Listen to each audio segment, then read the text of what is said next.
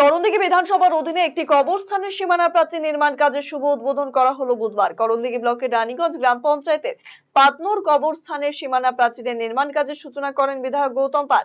এদিনের শিলান্যাস অনুষ্ঠানে উপস্থিত ছিলেন স্থানীয় গ্রাম পঞ্চায়েতের প্রধান সদস্য, জেলা পরিষদ সদস্য সহ বিশিষ্ট ব্যক্তিরা।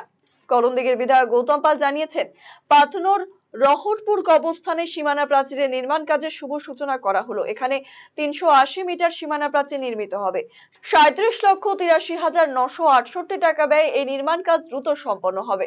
2025 সালের মধ্যে করণদিঘি বিধানসভা এলাকার অন্যান্য শ্মশানগুলির চুল্লি এবং কবরস্থানগুলির সীমানা প্রাচীর নির্মাণের লক্ষ্যমাত্রা রাখা হয়েছে।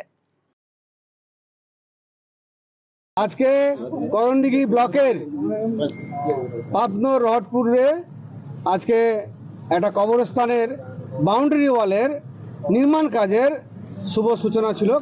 আজ থেকে কাজ শুরু হলো, তারই উদ্বোধন করলাম।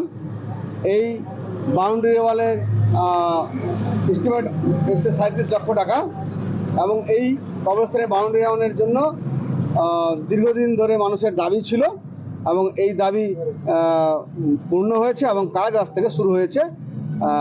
প্রায় 380 মিটার মতো বাউন্ডারি ওয়ালের কাজ এখানে হবে।